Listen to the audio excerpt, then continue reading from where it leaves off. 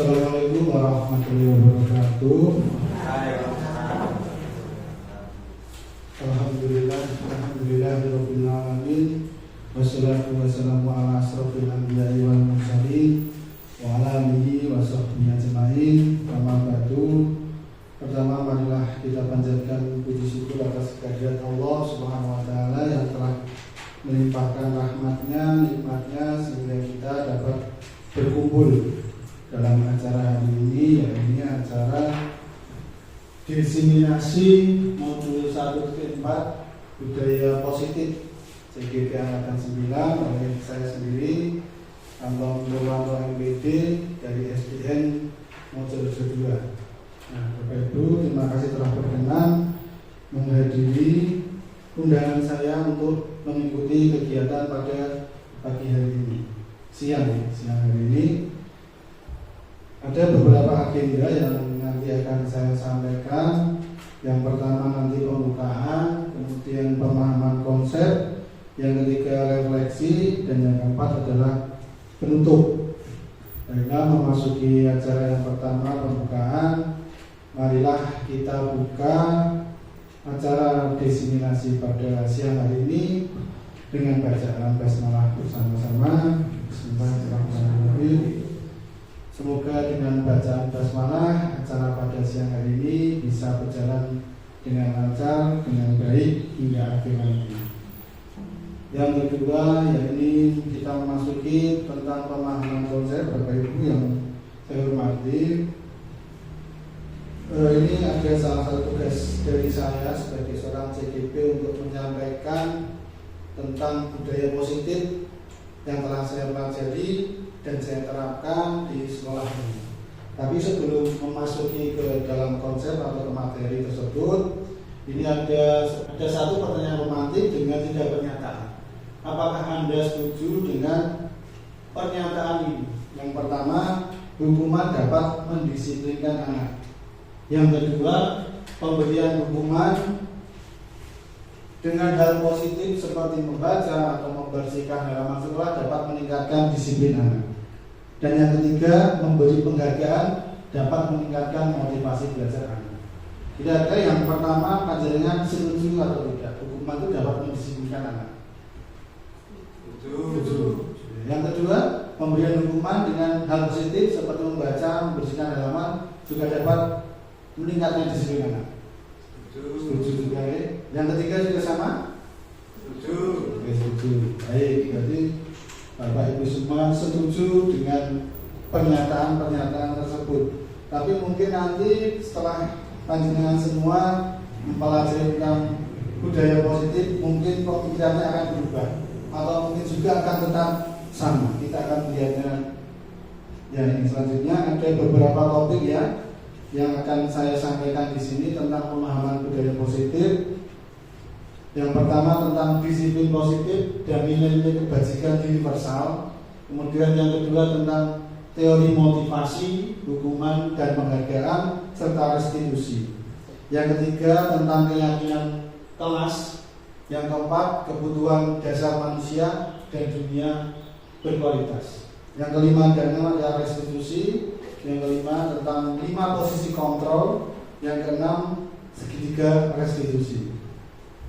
Baik Bapak Ibu, kita memasuki konsep yang pertama tentang disiplin positif dan nilai-nilai kebajikan.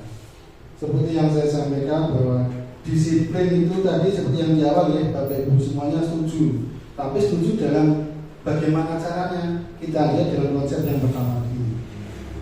Disiplin positif sendiri adalah berarti disiplin yang ke arah yang baik. Nah, ini ada sebuah yang harus Bapak Ibu pahami ya, ada sebuah hal yang harus panjenengan lakukan. Kita coba bersama, nanti bisa dijawab dari hal tersebut. Kira-kira panjenengan apakah masih sama atau sudah berubah paradigmanya. Ini ada A dan B. Anda dan teman Anda sobeklah cari kertas kecil, tuliskan benda atau sesuatu yang sangat berharga untuk Anda. Letakkan di salah satu tangan Anda dan genggam benda atau sesuatu tersebut dengan segala daya. Buatlah sebuah kepalan. Teman Anda B akan mencoba dengan sekuat tenaga dengan berbagai cara untuk meminta Anda memberikan benda tersebut. B bisa membujuk, mengancam, menghadik, merayu, menyuap, apa saja agar dapat membuka keponakan Anda. Ini saya minta tolong dua orang ya. Mungkin Rosida sama Bu Indah. Salah satu kertas, bawa kertas, dimasukkan dalam tangan, ditulis apa isinya. Nanti Rosida yang membujuk kira-kira tulisannya apa, biar dibuka bagaimana caranya. Apakah berhasil atau tidak, tidak. Jangan beda ditulisi yang disobek kecil-kecil, terus dipegang di tangannya. Nanti Rosida akan berusaha membujuk bagaimana caranya agar Bu Indah berkenan membuka kepala tangannya dan Rosida bisa tahu isinya apa. Monggo ditulis. Dua orang ya, nanti Bu Dewi sama Bu Dewi, salah satu nulis juga. Biar salah satu nulis jenengan apa Bu Dewi nulis di kertas kira-kira benda apa yang sangat berharga bagi Anda tulis biar sampai Bu Dewi jangan sampai tahu. Oke, yang tulis di kertas, yang coba kertas. Dan bebas apa aja, satu benda yang panjang kira-kira sangat berharga. Nanti bagaimana caranya biar Mbak Rosida tahu isinya apa.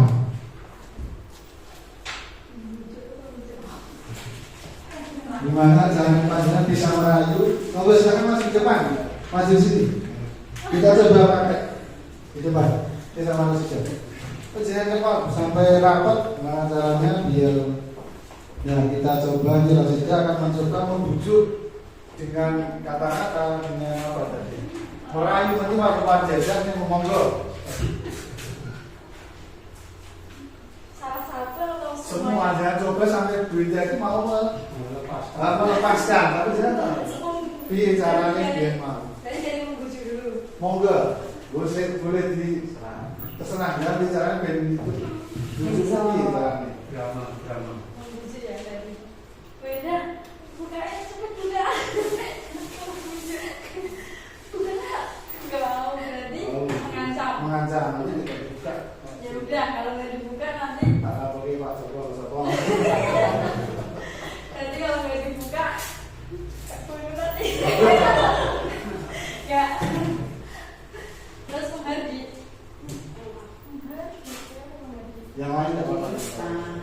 Merayu mau menyuap ya. Pakai bahasa sendiri. Pakai bahasa sendiri. Ayo tuh buka.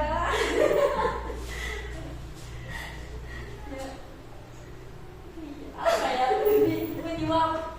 Masa ada jadi.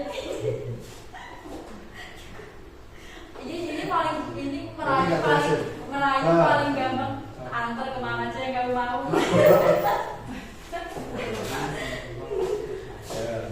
Berhasil ya? Iya. Kira-kira. Nah, mau dibuka, jadi sudah dibuka beda. Nah, kita membuka. tidak berharga.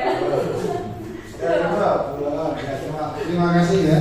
Nanti setelah ini akan menjawab pertanyaan. Coba Bu Wiwi sudah masuk sama Bu Dewi. Yang merayu siapa? Bu Dewi, Bu Wiwi. Bu Dewi. Kita latihan dan terang-terangnya merayu temannya. Bagaimana caranya agar mau lepaskan lagi. Dewi, aku pengen itu. Itu apa? Kepala aku itu Rahasia ini. Rahasia aku pengen. Gak perlu ini. Aku punya satu nanti sudah tak kasih aku. Aku punya satu yang berat. Apa sih masalahnya rahasia? Gak bisa nanti tak kasih sesuatu uang. Mau nggak? Nggak mau. Apa ya? Kesukaanmu. Ada jajan kemasakan Padang. Ada jajan-jajan. Kalau nggak mau nanti tak Jajakin. tak balik ke sesuatu loh. Belum tak rasa loh. Ya kan nggak semua awal aja. Tapi aku pengen itu. Ini nasi ya. Nggak boleh dikasih biasa. Apa ya? Ajak makanan dulu nanti kasih ya. Pokoknya yang buat kamu sama nanti tak kasih bisa. Nggak mau. Nggak boleh itu lah. gimana ya? Nanti kalau kamu ngajak juga tak bantuin deh. Aku bisa sendiri ngajak. Enggak cuma gimana?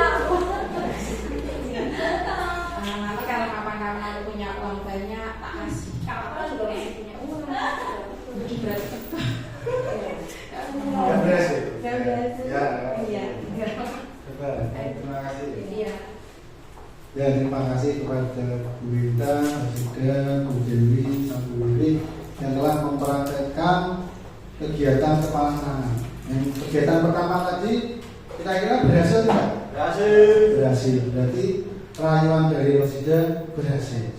Kemudian yang Bu Wiwi sama Bu Dewi tadi tidak berhasil.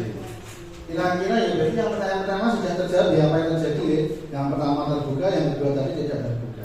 Nah, yang pertanyaan kedua dalam kegiatan ini sesungguhnya siapa yang memegang kendali atau kontrol untuk membuka atau menutup palang tersebut? Kira-kira si A atau si B, si yang membawa kertas atau si merayu? Yang merayu. Yang merayu? Yang punya memegang kendali tentu saja siapa? Yang membawa. Berarti karena dia membawakan dia pokoknya bisa kekeh sampai kapanpun, tidak sampai apa saja, dia yang memegang kendali. Itu dia mau membuka juga dari kendalinya dia. Tak buka mau diberikan sesuatu itu karena kendalinya dia, bukan orang lain. Berarti kita tidak bisa mengontrol orang lain. Orang lain itu yang mengontrol dirinya sendiri. Nah dari sini kita tahu bahwa perubahan paradigma tentang teori kontrol atau ilusi kontrol, ilusi guru mengontrol murid. Pada dasarnya kita tidak dapat memaksa murid untuk melakukan sesuatu. Misalnya kita suruh murid untuk lari di lapangan, itu sebenarnya kita tidak bisa. Itu karena apa? Karena murid membiarkan dirinya untuk dikontrol oleh kita. Sejujurnya murid itulah sendiri yang memegang kontrol atas dirinya. Kemudian ilusi bahwa semua penguatan positif, yang kedua ilusi bahwa kritik dan membuat orang merasa bersalah dapat menguatkan karakter. Menggunakan kritik dan rasa bersalah untuk mengontrol murid menuju pada identitas gagal. Jadi ketika kita mengkritik, membuat rasa bersalah, kita menunjukkan bahwa dia itu gagal. Sebenarnya penguatan itu juga sama. Itu juga sebuah ilusi. Ilusi bahwa semua penguatan positif itu efektif dan bermanfaat. Yang terakhir ilusi bahwa orang dewasa memiliki hak untuk memaksa. Pada dasarnya yang memiliki kontrol itu adalah diri mereka sendiri, anak sendiri. Anak kita suruh apa? Dia mau karena dia membiarkan dirinya untuk dikontrol oleh kita. Tapi itu bukan motivasi dalam dirinya, dari luar, dari orang lain yang memotivasi. Nah, ini sebenarnya begini. Perubahan paradigma stimulus respon teori kontrol. Siapa sesungguhnya yang memiliki kontrol? Nah, ini ada beberapa hal. Contohnya ya, stimulus respon. Kita mencoba mengubah orang agar berpandangan sama dengan kita. Nah, dalam teori kontrol, kita berusaha memahami pandangan orang lain terhadap dunia. Jadi kita harus berubah paradigma. Dari yang pertama kita mengubah orang, terus kita berubah menjadi berusaha memahami pandangan orang tentang dunia. Jadi kita tidak bisa memaksakan pandangan mereka tentang dunia ini. Kemudian perilaku buruk dilihat sebagai suatu kesalahan. Nah ini dalam teori kontrol, semua perilaku memiliki tujuan. Anak berbuat salah tentu memiliki tujuan. Ada dasarnya. Kenapa kok dia berbuat salah? Pasti ada alasannya. Jadi jangan kita anak berbuat buruk, jangan langsung menunjuk bahwa anak itu salah. Kita tanya dulu, kira-kira dia tujuannya apa kok berbuat seperti itu? Kemudian stimulus respon. Orang lain bisa mengontrol saya. Dalam teori kontrol, hanya Anda yang dapat mengontrol diri Anda sendiri. Anda tidak dapat dikontrol oleh orang lain kecuali Anda membiarkan diri Anda untuk dikontrol oleh orang lain. Saya bisa mengontrol orang lain. Sebenarnya Anda tidak bisa mengontrol orang lain. Kemudian pemaksaan ada pada saat bujukan gagal. Pada teori kontrol, kolaborasi dan konsensus menciptakan pilihan yang baru. Jadi kita perlu adanya kolaborasi, jangan memaksa. Misalnya anak berbuat salah, kita kolaborasi, kita ajak diskusi. Kemudian dalam stimulus respon model berpikir menang kalah. Tapi dalam teori kontrol berpikir menang-menang. Nah, kemudian apa makna disiplin? Disiplin itu berasal dari bahasa Latin, disiplina yang artinya belajar. Makna ini berkonotasi dengan disiplin diri dari murid-murid Socrates dan Plato. Tapi pada bangsa kita mesti berasumsi bahwa disiplin itu adalah sesuatu yang dilakukan seseorang pada orang lain untuk mendapatkan kepatuhan. Tapi pada dasarnya disiplin itu yang benar adalah seperti yang diungkapkan oleh Ki Hajar Dewantara bahwa disiplin itu harus muncul dari dalam dirinya, dari dalam dirinya. Kebanyakan memang kita berhadapan, kita bicara mendisiplinkan orang, padahal disiplin itu harus muncul dari dalam dirinya. Ketika disiplin berasal dari orang lain, maka disiplin itu tidak akan bertahan lama, hanya jangka pendek. Nah, ini ada kemudian dari disiplin ada nilai-nilai kebajikan universal atau nilai-nilai kebaikan yang disepakati bersama atau umum. Nilai-nilai kebajikan adalah sifat-sifat positif manusia yang merupakan tujuan mulia yang ingin dicapai setiap individu. Nilai-nilai tersebut bersifat universal dan lintas bangsa, suku bangsa, bahasa, agama maupun latar belakang. Nah, seperti yang disampaikan oleh Dr. William Glasser pada teori kontrol, setiap perilaku perbuatan memiliki tujuan. Nah, kemudian nilai-nilai kebajikan yang ingin dicapai dalam setiap anak Indonesia kita kenal dengan profil pelajar Pancasila. Ada 6 dimensi. Dan tujuan pendidikan kita atau merdeka, kurikulum merdeka adalah mewujudkan 6 dimensi nanti yang dimiliki oleh anak didik kita, mulai dari beriman, bertakwa kepada Tuhan Yang Maha Esa dan berakhlak mulia, kemudian mandiri, benaran kritis, berkebinekaan global, bergotong royong, dan kreatif. Nah, kira-kira Bapak Ibu kelas 1 dan 4 yang sudah melaksanakan kurikulum merdeka, kira-kira apakah salah satu atau bahkan semuanya sudah mulai ditanamkan kepada anak didik? Mulai dari beriman dan bertakwa, saya kira sudah ya. Ya, seperti contohnya seperti apa? Ya. Ya, membersihkan kelas. Kemudian yang beriman bertakwa. Contohnya kebiasaan kita untuk selalu berdoa sebelum melakukan sesuatu. Ya, iya, sudah mulai diterapkan. Kemudian untuk kelas 4, kita kira-kira apa yang sudah dipraktekkan? Mungkin apakah sama atau ada perbedaan? Beriman dan berdoa saya kira sama. Berdoa sebelum melaksanakan aktivitas. Kemudian untuk mandiri, anak itu dalam mengerjakan tugas selalu sudah diajarkan untuk mandiri. Kemudian kreatif, membuat kerajinan, dan apa itu untuk gotong royong juga begitu. Sudah mampu bergotong royong, saling menghargai.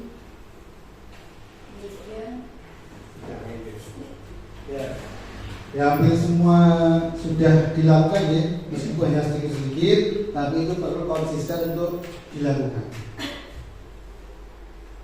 Ya, sekarang kita memasuki konsep kedua tentang teori motivasi, hukuman, penghargaan, restitusi.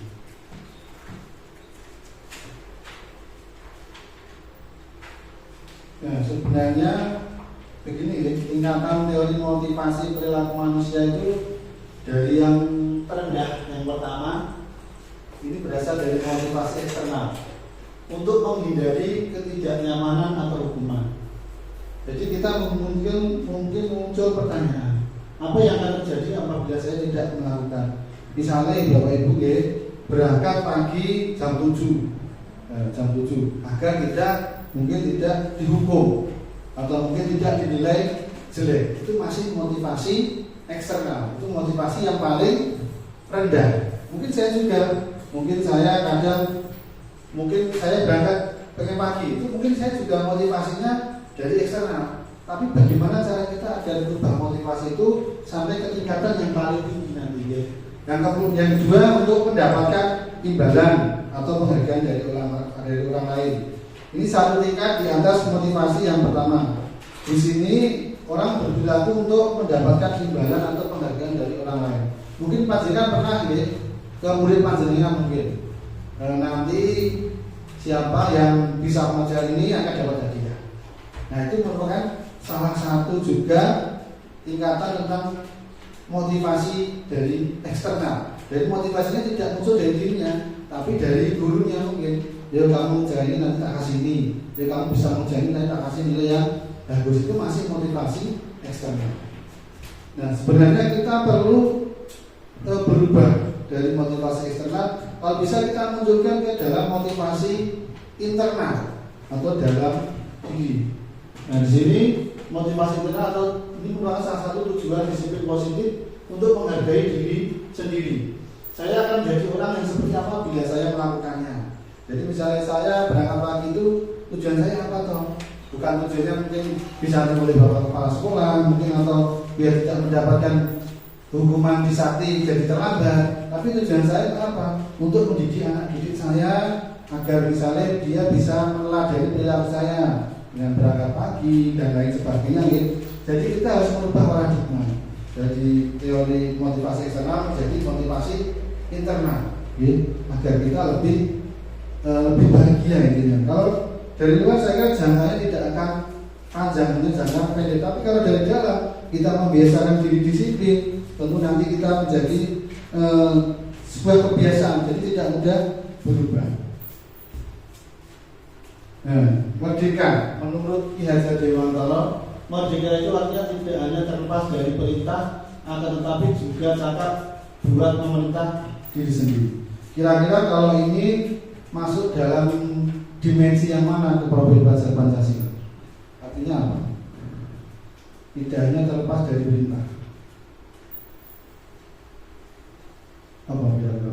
Dan dimensi. Kira-kira apa? Apa? Ya, mandiri. Jadi mandiri itu adalah tidak hanya terlepas dari perintah, akan tetapi juga cakap membuat memerintah diri sendiri. Jadi kita bisa memerintah diri sendiri tanpa paksaan orang lain. Itu namanya merdeka menurut Ki Hajar Dewantara. Kemudian restitusi. Restitusi pelajaran pernah dengar ya? Apa itu restitusi? Secara bahasa restitusi apa tuh? Mengganti, gitu. Ijoli. Kalau dalam restitusi di sini adalah proses menciptakan kondisi bagi murid untuk memperbaiki kesalahan mereka, sehingga mereka bisa kembali pada kelompok mereka dengan karakter yang lebih kuat. Restitusi juga merupakan proses kolaboratif yang mengajarkan murid untuk mencari solusi untuk masalah mereka dan membantu murid berpikir tentang orang seperti apa yang mereka inginkan, tujuan mulia, dan bagaimana mereka harus memperlakukan orang lain. Nah, ini ada contoh. Tolong dibacakan. Masuk. Mari berpikir. Iva kurang menguasai pelajaran matematika, sehingga pada saat pelajaran tersebut berlangsung, dia lebih banyak berdiam diri atau menggambar di buku pelajarannya. Pada saat guru matematikanya, Pak Seno, menanyakan pertanyaan, Iva menjadi gugup dan tidak sengaja menjatuhkan tasnya dari kursi, serta tiba-tiba menjadi gagap. Pada saat berupaya menjawab, seluruh kelas pun tertawa melihat perilaku Iva yang berbicara tergagap dan terkejut tersebut. Pak Seno pada saat itu membiarkan teman-teman Iva menertawakan Iva yang tergagap dan malu luar biasa, dan malahan minta Iva untuk maju ke depan dan berdiri di depan kelas sambil menunjuk hidungnya karena tidak bisa menjawab pertanyaan Pak Seno. Kelas makin gaduh dan anak-anak pun tertawa melihat Iva di depan kelas memegang ujung hidungnya. 1. Apakah Anda setuju dengan tindakan Pak Seno terhadap Iva? Mengapa? Nomor 2. Menurut Anda tindakan Pak Seno terhadap Iva adalah sebuah hukuman atau konsekuensi? Mengapa? Dijawab, siapa yang menjawab? Pak Udin? Kalau nomor 1 saya tidak setuju dengan tindakan Pak Seno, karena kan sudah satu alasannya hukuman yang diberikan itu kurang baik kalau tidak bebas, karena kan mengganggu proses belajar. Yang kedua, nyali anak akan menjadi lebih rendah. Jadi dia akan sering ditertawakan terus karena kan hal-hal sepele tadi. Tapi kalau diberikan mungkin tugas lain atau apa mungkin bisa. Tapi sesuai yang ditindakan dari Pak Seno, saya kurang setuju.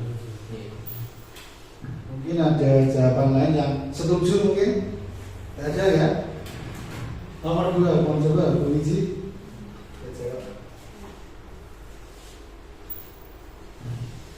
Menurut Anda, tindakan Pak Seno terhadap Viva adalah sebuah hukuman atau konsekuensi? Mengapa?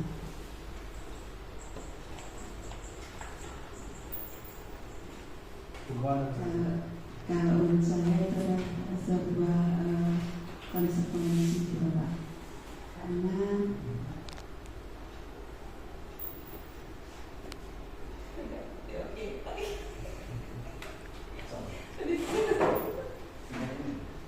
Oke, berarti Bu Niji itu konsekuensi. Bisa menurunkan anak Ya, menjadi Tidak teman. itu Bugianti. Nomor 2, hukuman atau konsekuensi? Karena gini, kalau Jangan apa jawabannya, hukuman atau konsekuensi? Nomor 2. nomor 2 tidak setuju karena gini. Nomor 1 berarti. Oh, tidak Tidak setuju. konsekuensi, tidak. Karena dia itu kalau ngasih hukuman seperti itu nanti bisa anak itu semakin kesana itu semakin minder atau takut. Karena apa? Ngasih hukumannya langsung suruh maju, setelah maju suruh menunjukkan sesuatu yang di dalam tubuh kita. Karena apa? Karena anak itu selalu dikasih pertanyaan itu, ya namanya sudah gagap, akhirnya dia takut. Tapi nanti seakan-akan kalau dia takut, akhirnya dia bisa hari berikutnya bisa maju. Ya. Baik, terima kasih atas pendapatnya. Yang nomor 1, tentu saja kita sebagai guru pasti tidak setuju karena tindakan tersebut akan mempermalukan anak. Anak menjadi minder. Yang kedua, berada dalam pasien terhadap Iva sebuah hukuman atau konsekuensi. Mengapa? Ini lebih ke arah hukuman. Kalau konsekuensi misalnya dia menghilangkan barang teman, dia menggantinya, itu namanya konsekuensi. Hukuman dia menghilangkan barang teman, dia dihukum. Misalnya suruh lari, suruh mencatat beberapa kali. Itu bedanya di situ kalau contohnya. Jadi kita harus berubah paradigmanya dari hukuman menjadi konsekuensi atau restitusi nantinya. Nah ini 9 ciri-ciri restitusi, mungkin bisa dibaca sendiri ya. Pada intinya di sini restitusi itu adalah menebus kesalahan, bukan menebus kesalahan, namun untuk belajar dari kesalahan. Jadi tujuannya biar anak tidak mengulangi perbuatan tersebut, kemudian memperbaiki hukuman. Kan ketika anak barangnya dihilangkan diganti oleh anak yang menghilangkan. Tapi ketika barang sudah dihilangkan tapi diganti hukuman, misalnya disuruh berdiri dan lain sebagainya, tentu anak yang hilang barang tadi pasti dia rugi dan dia tidak mendapatkan barang yang sudah dihilangkan temannya tadi. Nah begitu kira-kira bisa dibaca sendiri, saya skip saja. Sebelum ke sini saya kasih dulu. Nah ini ada mungkin juga.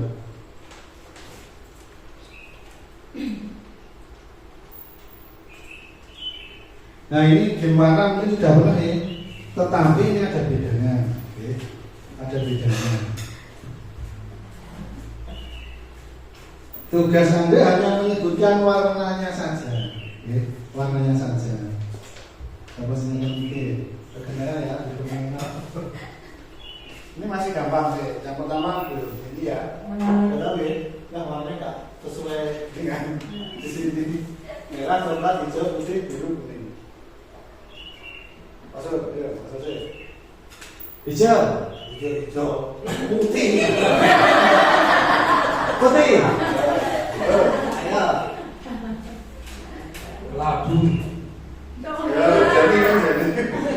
Biar ini. Hijau. Hijau. Ganti ya. Oh, Oranye. asin ini kenapa? Merah. Boleh. Tak bagi sekarang. Biru.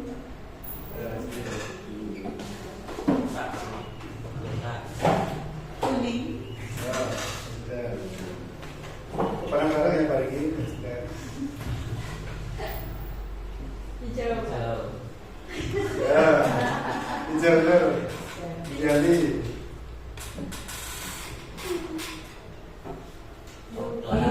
Gitu ya. Sekarang cepat, ini sama itu ya. Sekarang ya, cepat langsung bilang aja. Kuning. Kuning. Hijau. Biru. Putih. Merah. Hijau. Kuning. Pusing. Lo harus cepat dulu loh. Dulu cepat ya. Dari atas. Kuning. Hijau. Kuning. Merah. Merah. Hijau. Kuning. Hijau. Merah. Kuning. Biru. Hijau. Oh, karena cepat ini berpikir cepat. Merah. Kuning. Terakhir.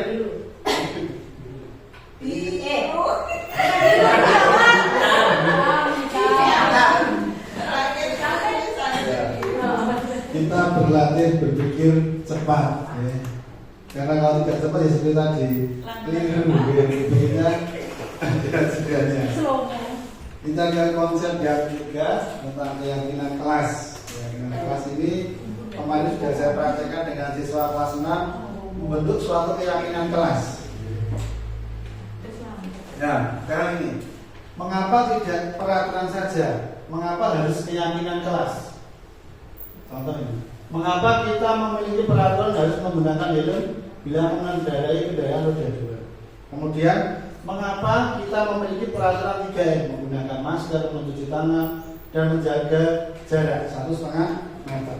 Yang ketiga, mengapa kita memiliki peraturan harus datang tepat waktu pada saat mengikuti pelatihan atau pada saat datang ke sekolah?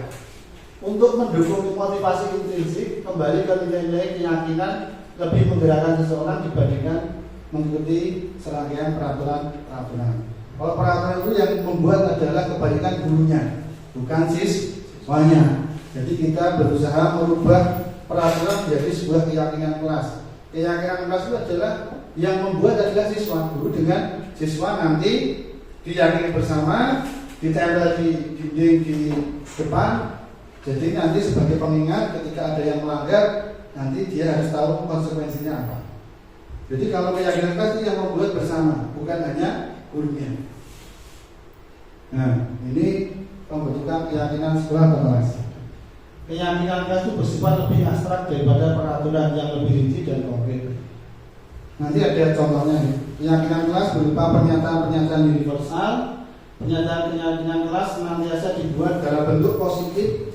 Jadi jangan sampai ada kata jangan, tidak, dilarang, itu tidak ada. Jadi nanti diubah kalimat negatif diubah menjadi kalimat positif. Keyakinan kelas sebenarnya tidak terlalu banyak sehingga mudah diingat dan dipahami oleh semua warga kelas. Nanti bisa mungkin hanya 3 sampai 7. Tidak usah sampai 10, 12. Itu terlalu banyak dan cenderung anak nanti lupa. Kemudian keyakinan kelas sebaiknya sesuatu yang dapat diterapkan di lingkungan tersebut. Jadi di lingkungan kelas tersebut, misalnya keyakinan kelas ya di kelas, kalau keyakinan sekolah ya di lingkungan sekolah. Semua warga kelas sebenarnya ikut berkontribusi dalam pembuatan keyakinan kelas lewat kegiatan surat pendapat. Kemudian bersedia meninjau kembali keyakinan kelas dari waktu ke waktu. Jadi keyakinan kelas itu tidak terus-terusan, tapi kita tinjau. Mungkin seminggu sekali, sebulan sekali, atau bahkan 1 semester sekali. Ini ada prosedurnya ya. Nah ini, kira-kira mana yang keyakinan kelas?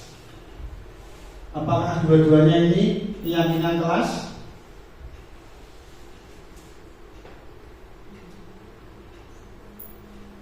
Kira-kira keyakinan kelas mana tidak? Yang kanan dan yang kiri, yang kanan dan yang kiri.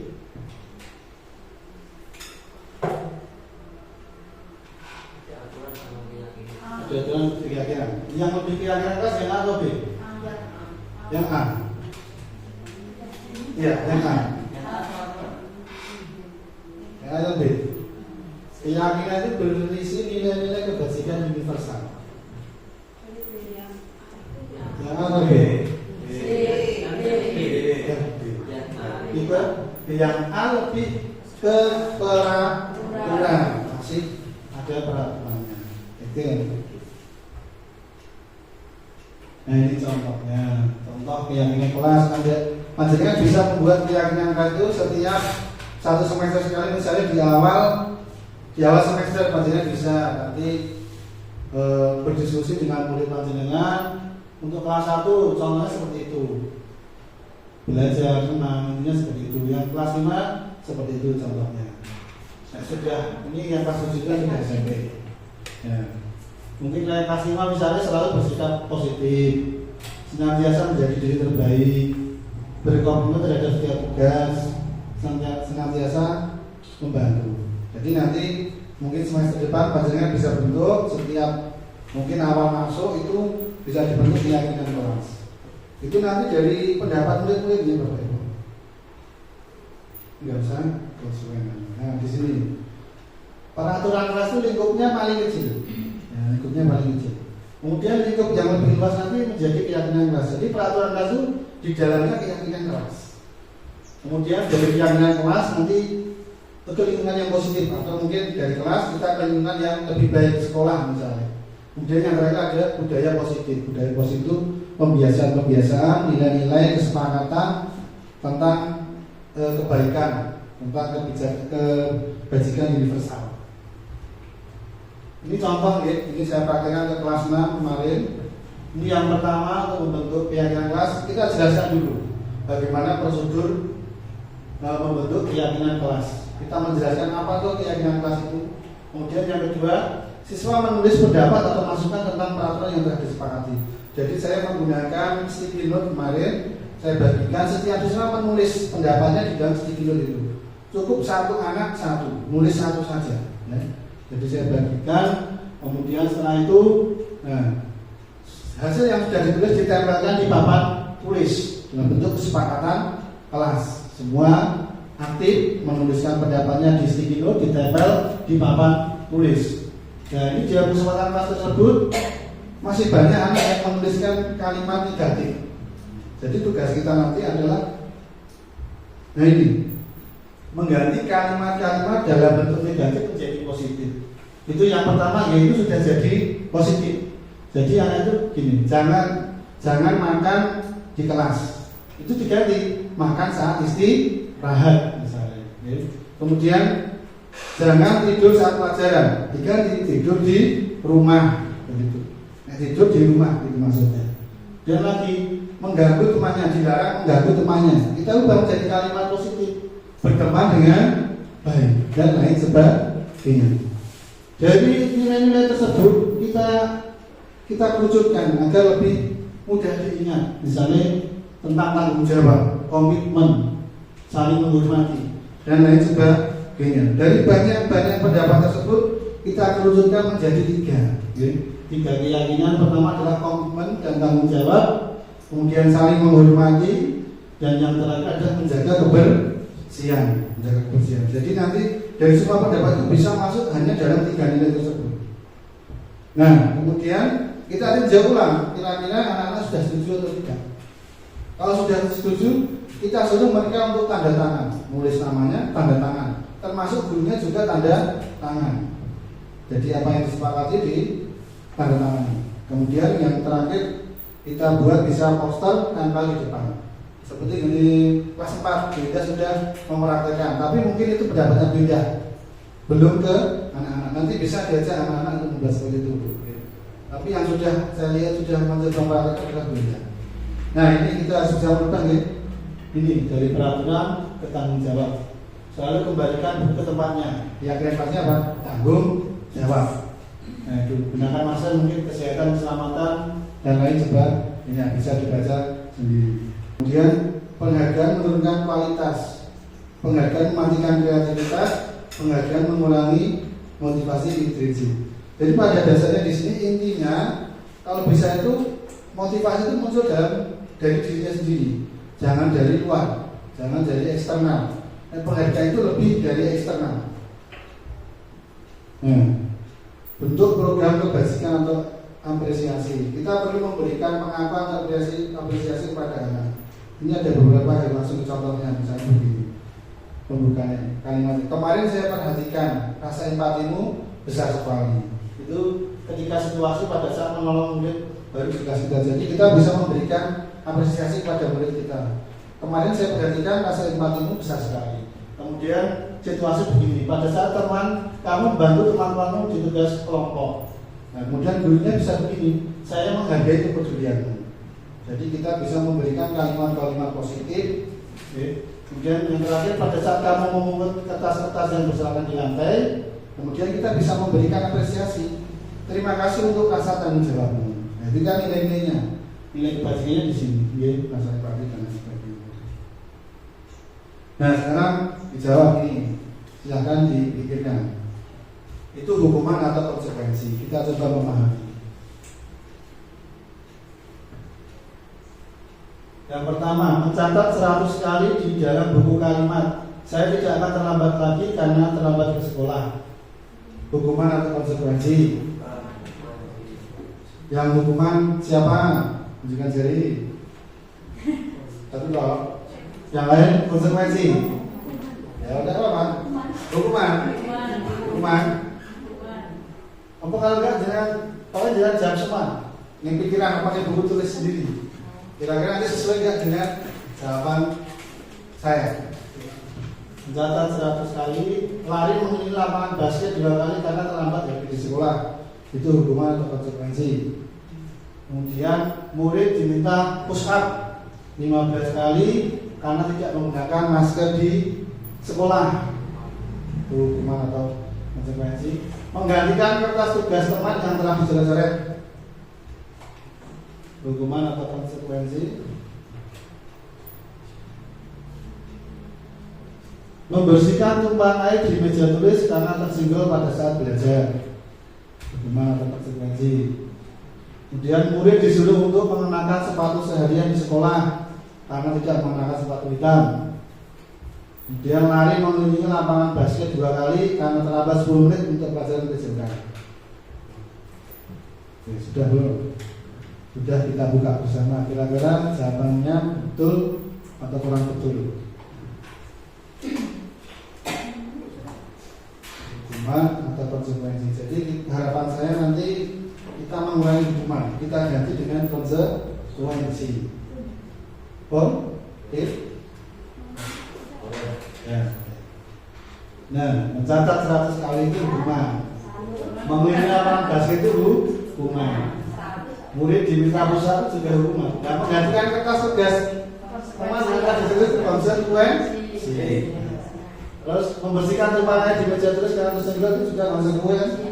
Misalnya ada kaca semua dipecahkan murid, bagaimana caranya? Diberikan konsekuensinya, suruh mengganti. Tidak usah dulu, disuruh mengganti. Terus murid disuruh untuk mengenakan sepatu seharian di sekolah karena tidak mengenakan sepatu hitam. Itu hukuman. Enggak pakai nih. Disuruh pulang saja, suruh ngambil. Itu namanya konsekuensi. Terus lari mengelilingi lapangan basket 2 kali. Ini mesti ya, mesti ya. Ya karena ini konteksnya PJOK, pelajaran PJOK, jadi itu tepat, apa? Disuruh. Karena konteksnya pada saat pelajaran PJOK terlambat. Tapi ketika terapnya pada saat pelajaran di kelas itu nggak tepat konteksnya. Dan di kelas gimana? Misalnya anak terlambat, disuruh mengganti jamnya, anak tidak istirahat. Setelah 5 menit, anak istirahatnya dikurangi 5 menit. Begitu. Itu namanya konsekuensi. Nah, ini perbedaan hukuman dan konsekuensi itu bisa dibaca sendiri ya. Nah, hukuman itu menyakitkan. Konsekuensi itu harus terjadi karena dia telah melakukan kesalahan. Nah, hukuman membuat anak sakit, konsekuensi membuat anak merasa tidak nyaman, tapi dalam jangka waktu yang pendek. Dan lain sebagainya itu bisa dibaca sendiri. Nah ini identitas sukses ya. Kemudian tingkatan berikutnya ada namanya restitusi ya. Konsekuensi sudah bagus, tapi ada tingkatan berikutnya namanya restitusi.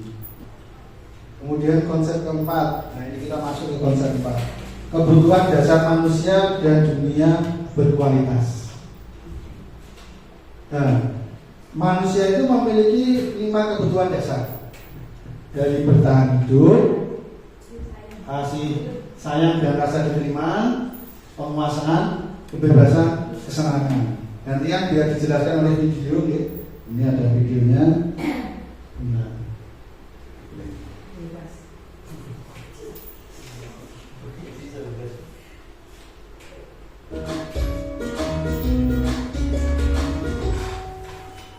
Salam dan bahagia Ibu dan Bapak guru hebat. Untuk membangun budaya sekolah yang positif dengan lingkungan yang aman dan mendukung murid untuk menjadi pribadi yang berdaya, seimbang, dan bahagia, salah satu upaya yang dapat dilakukan oleh guru adalah memahami kebutuhan dasar yang mendasari perilaku murid. Pada video kali ini, kita akan membahas tentang 5 kebutuhan dasar manusia.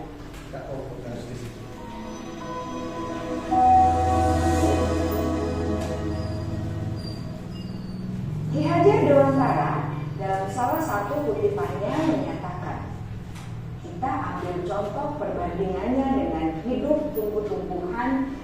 Seorang petani dalam hakikatnya sama kewajibannya dengan seorang pendidik yang menanam padi misalnya. Hanya dapat menuntun tumbuhnya padi. Ia dapat memperbaiki kondisi tanah, memelihara tanaman padi, memberi pupuk dan air, membasmi ulat-ulat atau jamur-jamur yang mengganggu hidup tanaman padi, dan lain sebagainya. Ketika guru memahami kebutuhan apa yang mendasari perilaku murid, dan guru berusaha menuntun dan mendukung murid dalam memenuhi kebutuhannya secara positif, pada hakikatnya guru tersebut ibarat seorang petani yang sedang berusaha memahami kebutuhan masing-masing tanaman, dan ia berusaha memenuhi kebutuhan tanaman tersebut agar dapat tumbuh dengan subur dan maksimal. Dr. William Glasser, seorang psikiater dari Amerika Serikat, menyatakan bahwa seluruh tindakan manusia memiliki tujuan tertentu, yaitu memenuhi kebutuhan dasarnya. Ketika kelima kebutuhan dasar telah terpenuhi secara memadai, maka murid akan tumbuh dengan seimbang dan bahagia. Sebaliknya, ketika kebutuhan dasar tidak terpenuhi dengan baik, maka seseorang akan mengalami emosi negatif seperti bosan, sedih, dan kecewa. Bahkan mereka dapat melakukan perbuatan yang bertentangan dengan nilai-nilai kebajikan atau melanggar peraturan. Dengan kata lain, perilaku buruk seseorang biasanya adalah respons dari kebutuhan yang tidak terpenuhi. Namun, mereka tidak tahu cara untuk menyampaikannya. Ada 5 kebutuhan dasar manusia menurut Dr. William Glasser, yaitu yang pertama, kebutuhan untuk bertahan hidup atau survival. Yang kedua, kebutuhan untuk merasa diterima atau love and belonging. Yang ketiga, kebutuhan akan kebebasan atau freedom. Yang keempat, kebutuhan akan kesenangan atau fun. Dan yang kelima, kebutuhan akan penguasaan atau power. Kebutuhan dasar yang pertama adalah kebutuhan yang bersifat fisiologis untuk bertahan hidup atau survival. Misalnya, kesehatan, rumah, dan makanan. Kebutuhan biologis sebagai bagian dari proses reproduksi termasuk kebutuhan untuk tetap bertahan hidup. Kebutuhan untuk merasa aman juga termasuk dalam kebutuhan ini.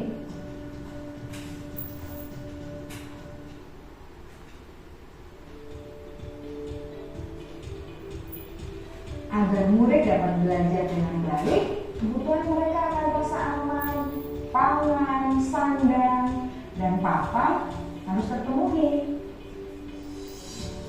Bagaimana mungkin mereka dapat belajar dengan baik bila mereka datang ke sekolah dengan perut yang lapar atau bila rumah mereka kebanjiran?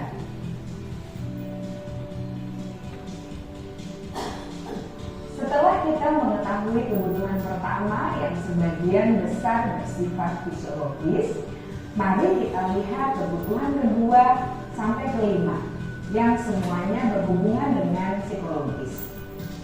Mari kita lihat kebutuhan yang kedua, yaitu kebutuhan akan perasaan diterima oleh kelompok atau komunitasnya, atau kebutuhan love and belonging.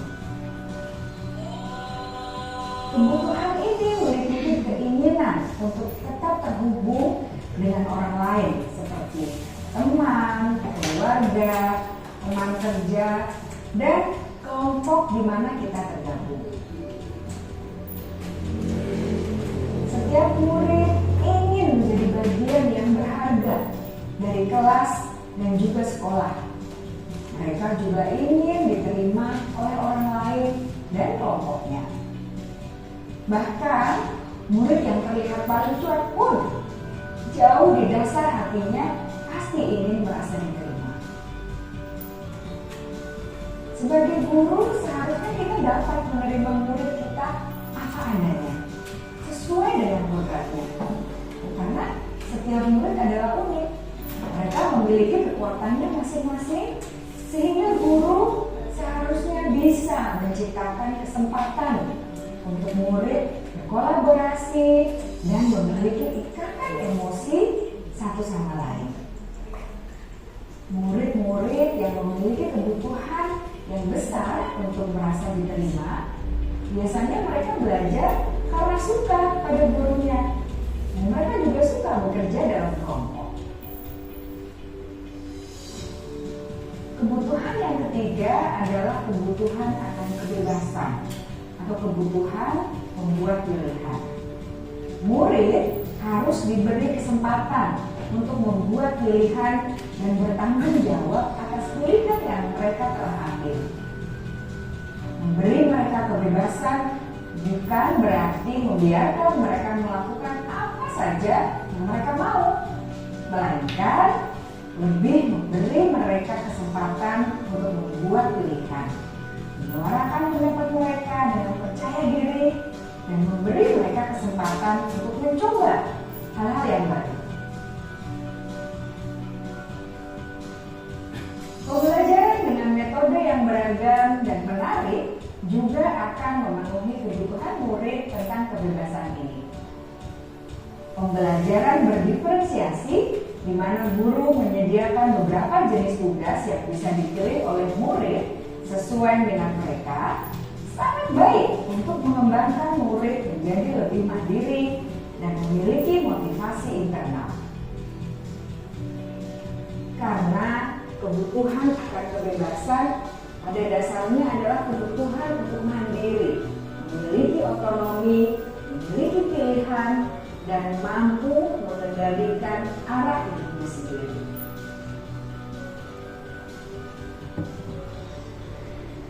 Kebutuhan yang keempat adalah kebutuhan akan kesenangan. Bayangkan Bapak Ibu, hidup tanpa rasa senang, betapa menyedihkannya. Glasser menghubungkan kebutuhan akan kesenangan dengan belajar. Jangan sepelekan kebutuhan murid untuk merasa senang di kelas.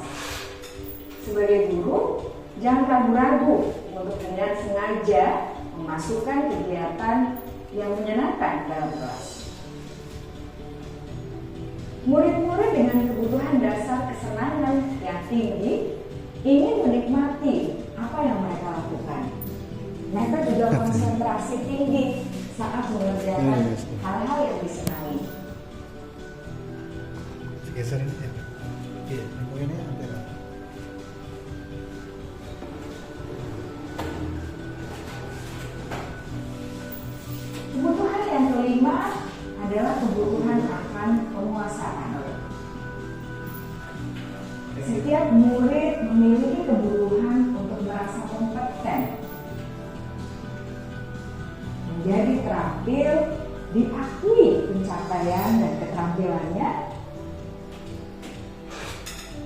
didengarkan, bisa membuat dampak dan pengaruh, dan memiliki rasa harga diri.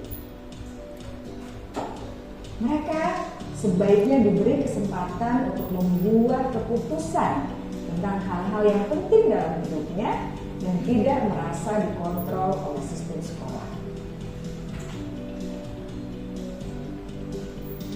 Pada murid yang telah menginjak usia remaja, seringkali mereka merasa tidak memegang kendali atas kehidupannya sendiri, karena guru kerap kali berpengaruh dalam mengambil keputusan. Murid-murid yang memiliki kebutuhan dasar akan penguasaan yang tinggi biasanya selalu ingin menjadi pemimpin. Mereka juga suka mengamati sebelum mencoba hal-hal yang baru. Mereka juga perfeksionis dan merasa kecewa bila melakukan kesalahan.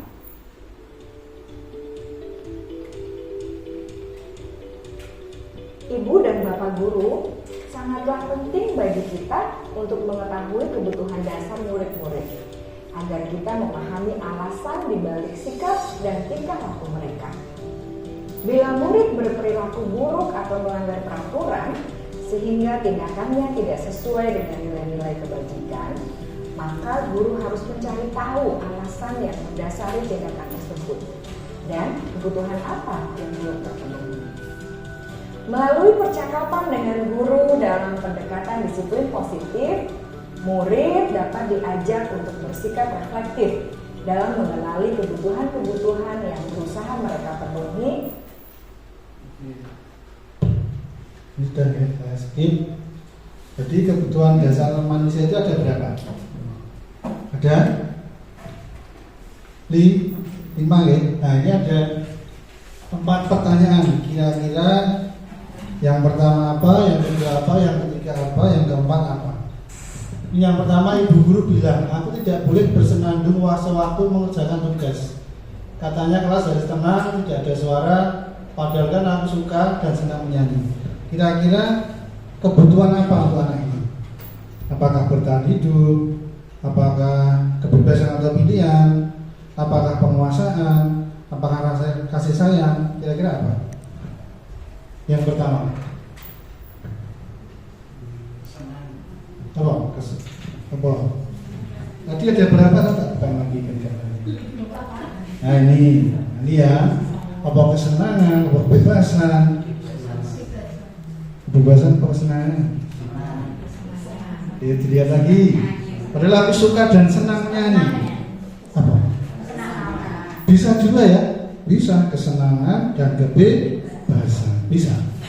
Yang kedua, ibu guru tidak menyapaku hari ini, padahal aku pakai jepit rambut baru. Kebetulan apa?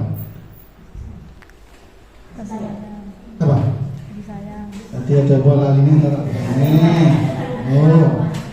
apa? Kasih sayang dan rasa diterima. Itu penting aja lagi ini. Aku bosan. Masa belajar cuma gitu-gitu aja, dengarin ibu guru aja. Apa? Apa mau? Bosannya apa? Ya mungkin dia butuh kebebasan. Karena apa? Nah ini lalian. Ya yang terakhir, aku sebel gambarku tidak rapi, malah ibu guru nunjukin ke teman-teman di depan kelas. Apa? Penguasaan, benar, karena gambarnya tidak bagus, karena penguasaan. Nah, sudah sedikit banyak sudah bisa gitu. Nanti nek panjenengan ikut guru penggerak paling enggak sudah tahu sedikit. Ini tidak usah saya skip aja ya. Masih ada 2 konsep sebenarnya. Yang ini penting juga. Konsep 5 tentang 5 posisi kontrol kita sebagai seorang guru. Kita nanti sebagai apa? Nanti bisa panjenengan pirsani. Ini video lagi enggak apa-apa.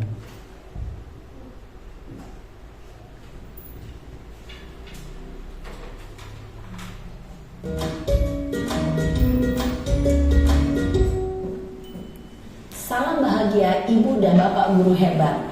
dalam penerapan disiplin Sambil positif dimakan tidak restitusi. apa-apa. Salah satu program yang dikembangkan adalah 5 posisi kontrol. 5 posisi kontrol dalam restitusi adalah proses perjalanan seorang pendidik agar dapat mengenali dirinya. Pada video kali ini, kita akan membahas tentang 5 posisi kontrol yang dikembangkan oleh Diane Gossen dan contoh penerapannya. Pada posisi mana biasanya? 5 posisi kontrol itu adalah 1. Posisi penghukum, 2. Posisi pembuat merasa bersalah, 3. Posisi teman, 4. Posisi pemantau atau monitor, dan 5. Posisi manajer. Untuk lebih memahami kelima posisi tersebut, mari kita saksikan kasus Naren yang terlambat hadir 20 menit di sekolah dan melihat bagaimana kelima posisi kontrol dalam menghadapi masalah tersebut.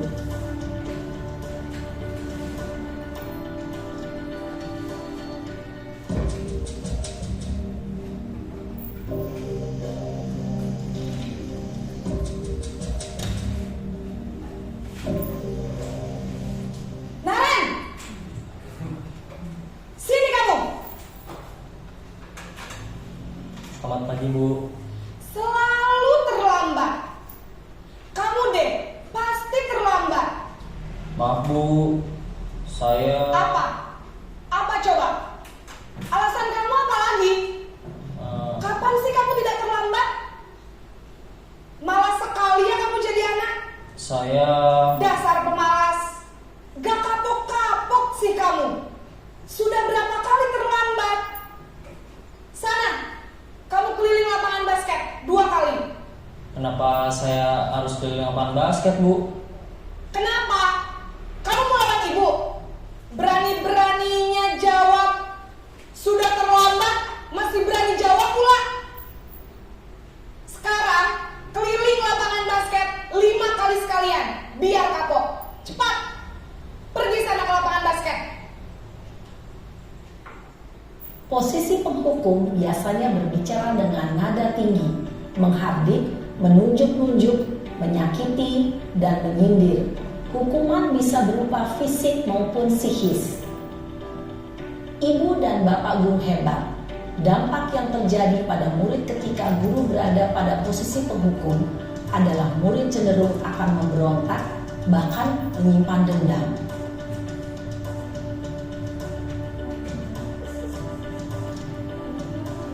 Jangan perhatikan biasanya jangan posisi yang mana nih, Bro.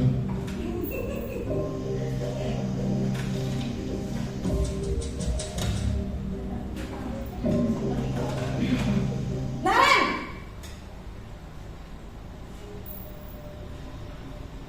Selamat pagi, Bu.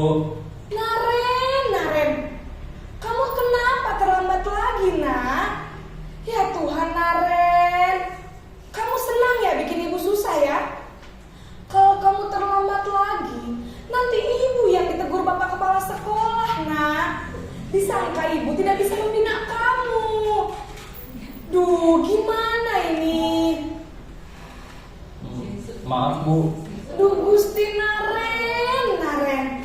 Kamu suka ya kalau ibu ditegur bapak kepala sekolah?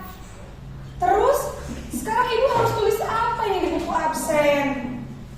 Ini kamu sudah sering terlambat loh. Ibu harus apa coba? Maaf, Bu. Maaf sekali. Ya sudah, lain kali jangan bikin ibu susah lagi ya nak ya.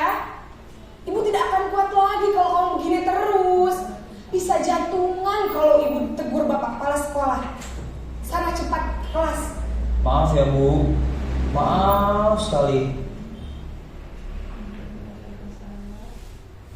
Posisi pembuat rasa bersalah berbicara dengan nada tenang, cenderung lembut. Namun kata-kata yang diutarakan membuat murid merasa menjadi orang yang gagal, memandang buruk dirinya sendiri, merasa tidak berharga, dan tidak sanggup membahagiakan orang lain. Ketika guru mengambil posisi pembuat rasa bersalah, murid akan menganggap dirinya yang bersalah dan ia akan menyimpan emosi negatif tersebut di dalam dirinya.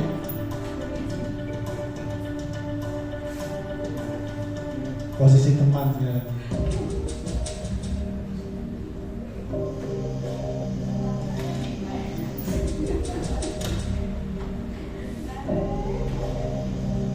Naren!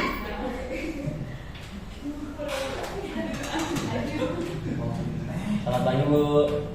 Wah, sudah jam berapa ini nak? Terlambat lagi ya sayang. Iya Bu, habis ibu saya lupa bangunkan saya Bu. Kamu malah menyalahkan ibu kamu. Kamu bukannya anak yang larinya paling kencang. Kok terlambat sih? Iya Bu, saya memang terlambat bangun tadi.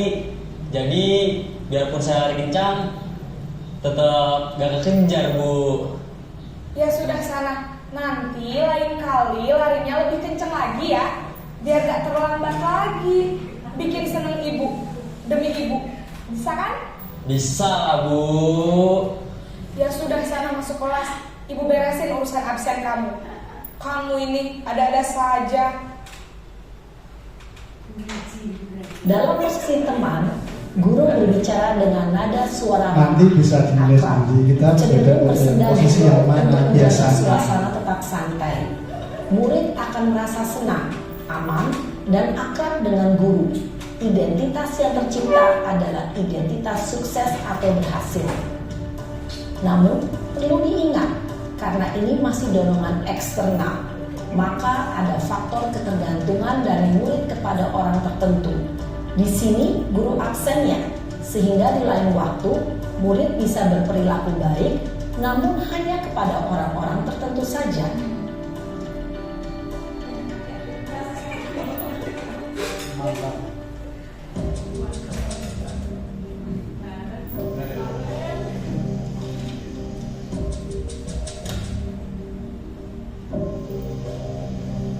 Naren!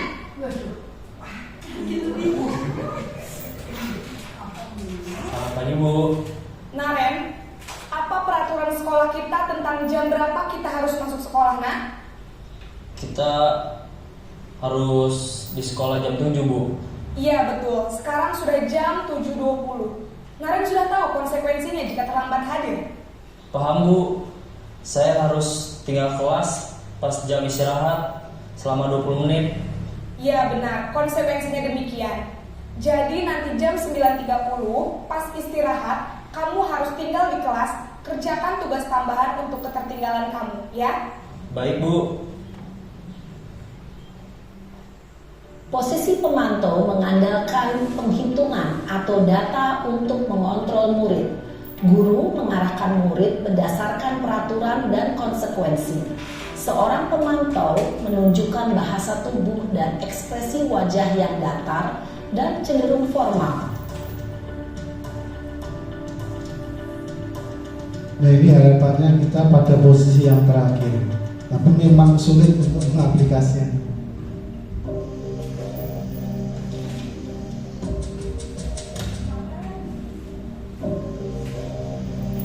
Naren!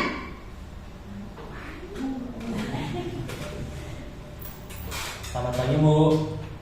Selamat pagi Naren. Maaf Bu, saya terlambat. Iya, sekolah masuknya jam 7, sekarang sudah jam 7.20. Jadi sekarang bagaimana ini Naren? Maaf Bu, saya lupa setel alarm saya semalam. Baiklah, menurut kamu, keyakinan sekolah yang mana yang perlu kamu tingkatkan? Menghargai diri sendiri dan orang lain mungkin ya Bu. Setuju. Jadi, apakah Naren meyakini prinsip saling menghormati tersebut? Iya Bu, saya meyakininya. Apakah Naren bersedia memperbaiki masalah keterlambatan ini? Bersedia Bu. Bagaimana kamu akan perbaiki masalah keterlambatan ini? Saya akan coba untuk tidak lupa menyetel alarm saya Bu. Baik, kalau Naren lupa menyetel alarm di rumah, ada orang yang kira-kira bisa bantu mengingatkan tidak? Ada Bu, kakak saya, Kak Emma. Ada lagi selain Kak Emma? Selain Kak Emma, ada ibu saya. Baik, Jadi yang mengingatkan Naren adalah Kak Emma dan ibu kamu ya. Kira-kira akan mulai start alarm kapan nih Naren? Setelah pulang sekolah, akan segera saya lakukan. Baik, jadi Naren akan setel alarm untuk bangun besok pagi dan akan diingatkan oleh kakak dan ibunda Naren ya. Ada lagi yang mungkin perlu dilakukan Naren agar tidak terlambat bangun lagi? Tidak ada, Bu. Baik Naren, terima kasih untuk kerjasama kamu. Sekarang kamu perlu kembali ke kelas untuk belajar. Baik, Bu. Terima kasih. Posisi manajer adalah posisi kontrol yang disarankan untuk membimbing murid memiliki sikap disiplin yang positif, yaitu murid yang mandiri, bertanggung jawab, dan dapat memecahkan masalah. Tujuan dari posisi ini adalah agar murid dapat berefleksi atas tindakannya. Guru akan dengan tulus memberikan pertanyaan-pertanyaan bermakna, sehingga membuat murid dapat belajar dari kesalahannya dan mencari sebuah solusi untuk menyelesaikannya. Ibu dan bapak guru hebat, setelah mengamati adegan kelima posisi kontrol tadi, kira-kira posisi mana yang paling ideal? Posisi mana yang dapat menunjang motivasi intrinsik murid? Ya, tentu posisi manajer. Posisi ini memang posisi ideal yang ingin dituju setiap pendidik. Pada posisi inilah, guru dapat menerapkan disiplin positif yang berpihak pada murid, yang memerdekakan murid. Perjalanan seorang pendidik tentunya tidak mudah untuk Ini sudah saya skip ya. Ini ada bacaannya seperti ini. Harapannya nanti kita bisa pada posisi manajer. Jadi di sini kita lebih banyak mengajukan pertanyaan-pertanyaan kepada anak agar anak bisa memperbaiki tentang kesalahan yang dibuatnya dengan kesadarannya sendiri. Jadi tentu yang pertama kita harus membuat keyakinan kelas dulu.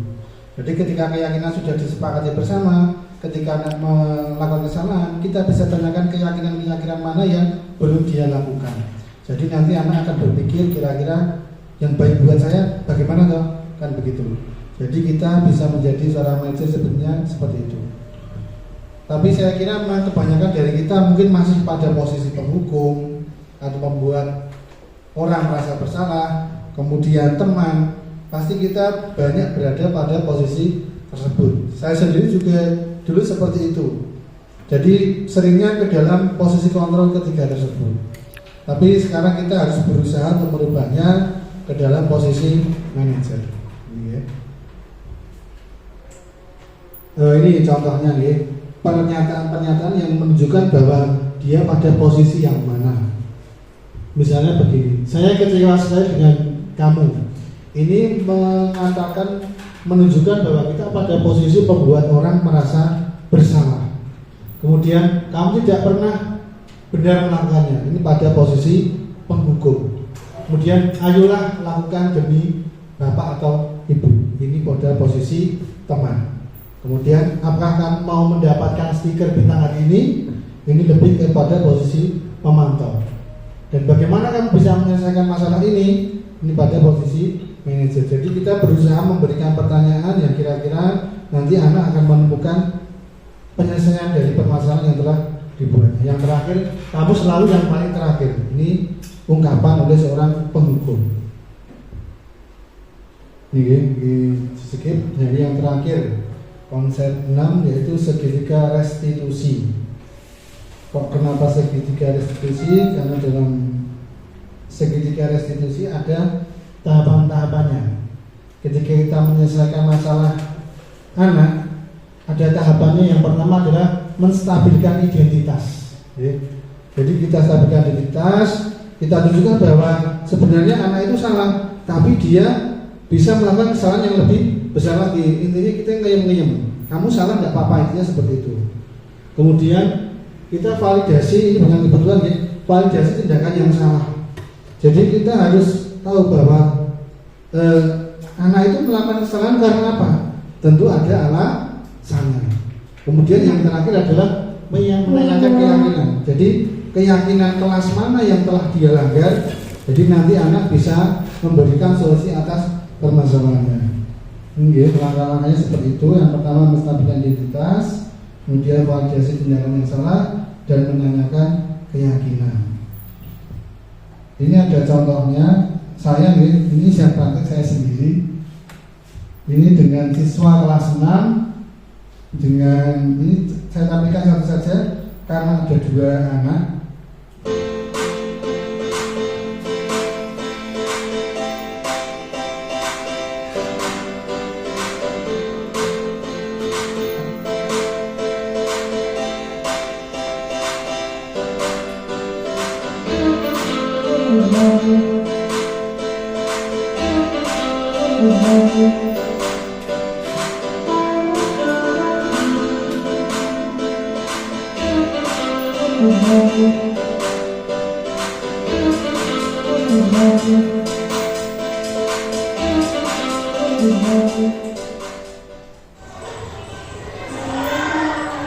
Waalaikumsalam, ya silakan masuk. Silakan duduk di sini. Kamu tahu mengapa dipanggil Pak Anton? Ada apa ya Pak? Pak Anton mau tanya. Tadi saat jam istirahat ada laporan bahwa salah satu siswa kelas 6 ada yang buang sampah sembarangan. Apa kamu tahu siapa itu? Maaf Pak, saya melakukan kesalahan. Oh iya, ya memang kadang kita manusia melakukan kesalahan karena manusia adalah makhluk yang tidak sempurna. Pasti kamu punya alasan melakukan perbuatan tersebut. Iya Pak, tadi saya tergesa-gesa karena masuk lalu saya membuang sampah sembarangan. Apakah masih ingat tentang keyakinan kelas mana yang kamu langgar? Masih Pak. Ya, keyakinan kelas yang mana yang kamu langgar? Menjadi kebersihan lingkungan Pak. Nah, bagus, kamu sudah tahu kan? Apakah kamu punya solusi untuk masalah ini? Saya akan membuang sampah secara otomatis. Lalu saya Bagus, kalian masih akan mengulanginya? tidak Pak, saya berjanji. Baik, silakan masuk ke kelas. Terima kasih Pak. Assalamualaikum warahmatullahi wabarakatuh. Saya Najwa, siswa kelas 6, siswa ujian mencuri juga. Saya senang sekali diajak diskusi dengan keluarga. Saya mengakui perbuatan membuang sampah sembarangan adalah perbuatan salah yang melanggar keyakinan kelas dan keyakinan sekolah. Saya berjanji memperbaiki kesalahan dan tidak mengulangi perbuatan tersebut lagi. Ini saya skip saja. Ini juga saya skip. Jadi dalam segitiga restitusi tadi ada 3 langkah dalam menyelesaikan suatu masalah, ya, dari menstabilkan identitas, kemudian validasi tindakan yang salah, kemudian menanyakan keyakinan. Nah ini setelah ini, ya, terima kasih. Ada refleksi dari yang telah panjenengan tadi simak. Pertama ada beberapa pertanyaan, ya. Sejauh mana pemahaman Anda tentang konsep-konsep inti yang Anda pelajari pada modul ini, yaitu disiplin positif, dari kontrol, motivasi, dan sebagainya? Adakah hal-hal yang menarik untuk Anda dan di luar dugaan? Silahkan dijawab, ditulis. Nanti saya minta untuk dibacakan salah satu saja, ya. Kemudian perubahan apa yang terjadi pada cara berpikir Anda dalam menciptakan budaya positif di kelas maupun sekolah Anda setelah mempelajari konsep ini? Jadi kira-kira apa yang perlu diubah cara berpikir panjenengan untuk menciptakan budaya positif di sekolah? Nanti bisa menunjukkan jari, ya, siapa yang mau menjawab. Kemudian sebelum mempelajari ini tadi, ya, ketika berinteraksi dengan murid, berdasarkan 5 posisi kontrol tadi, manakah yang paling sering Anda pakai? Ya, penghukum, membuat rasa bersalah, teman, pemantau, atau manajer, kira-kira yang mana? Kemudian sebelum mempelajari modul ini, pernahkah Anda menerapkan segitiga restitusi seperti yang tadi, ya? Ketika Anda menghadapi masalah dengan murid, jika iya, tahap mana yang Anda praktekkan dan bagaimana Anda mempraktekannya? Mungkin sudah mencoba mempraktekkan, ada tahapan mungkin yang terlewat, mungkin tahapan 3 yang tidak tersampaikan. Mungkin tahapan pertama sudah, kedua, ketiga belum. Itu bisa saja, ya. Kemudian yang terakhir, ini enggak usah. Silakan kira-kira yang mau jawab nomor 1 dulu siapa? Yang nomor 1 yang mau jawab siapa? Kira-kira yang meluar dugaan panjenengan, wah terus biar ini kok lagi setelah mempelajari ini jadi begini. Biar aku menerapkan disiplin begini, sekarang begini. Kira-kira apa yang menarik di luar dugaan panjenengan? Mungkin Anda belum mengira dulu saya berbuat begini ternyata tidak tepat. Dulu saya menghukum murid seperti ini ternyata kurang pas. Enggak, siapa yang mau menjawab? Tinggal ini saja, Pak. Presiden mau jawab? Oh, Bu Uci biasanya banyak pengalaman dengan murid. Kira-kira di luar dugaan panjenengan apa? Tak apa-apa. Kira-kira jawabnya ya. Tidak salah, tidak salah. Yang sejauh mana pemahaman Anda tentang konsep-konsep inti yang telah Anda pelajari di modul ini, yaitu disiplin positif, teori kontrol, teori motivasi,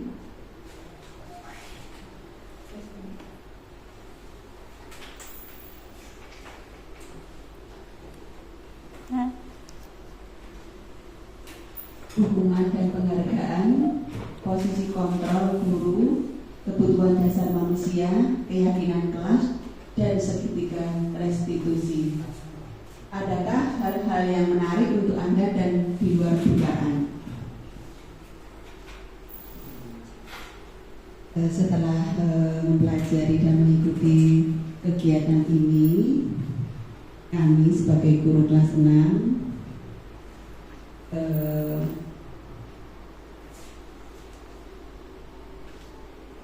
telah memahami teori-teori yang disajikan tadi. Dengan semoga dengan adanya teori itu tadi kami bisa mengambil kesimpulan dan memperbaiki diri untuk lebih menjadi guru yang bisa mengerti, menghargai, dan menjadikan anak lebih baik tanpa memberikan hukuman, menjatuhkan anak, dan bisa memberikan motivasi untuk kedepannya lebih baik lagi. Demikian ya Pak. Terima kasih. Mungkin ada yang mau menanggapi atau berbeda dengan pendapat Ibu Wizi, atau sama kita juga. Perubahan apa yang terjadi pada cara berpikir Anda dalam menciptakan budaya positif di kelas sebelum di kelas maupun sekolah Anda setelah mempelajari konsep ini? Sinta ini izin pada mengutarakan pendapatnya. Mas Udin, Bu Wida, Bu Giani, Bu Dewi, Bu Wiwi. Mungkin nomor 3 boleh. Oh ya, yang nomor 2 dulu. Perubahan yang terjadi pada cara berpikir Anda dalam menciptakan budaya positif di kelas maupun sekolah Anda setelah mempelajari konsep ini. Yang terjadi di kelas, terutama di kelas 5, kelas saya itu adalah peraturan tapi diaturnya dengan siswa, tapi itu masih bersifat hukuman, belum tepat. Setelah mempelajari ini, saya ingin merubah yang tadi dalam bentuk peraturan hukuman itu menjadi keyakinan kelas. Kadang kan katakanlah siswa itu tidak mengerjakan tugas orang ini. Biasanya kalau di kelas kami itu tidak mengerjakan tugas kemarin, biasanya kita denda. Tapi setelah melihat ini, walaupun didenda tapi juga mereka juga mengerjakan 2 kali hukumannya. Tapi setelah mengerti ini, kami mencoba untuk merubah lagi kesepakatan dengan anak-anak biar nanti ke depannya yang namanya peraturan tadi bisa berubah menjadi keyakinan kelas, biar anak itu lebih dihormati juga pendapatnya. Itu dari saya. Terima kasih. Ya, terima kasih Mas Udin. Berarti memang tepat sekali kita bisa merubah dari biasanya menghukum menjadi sebuah keyakinan kelas. Kemudian yang ketiga,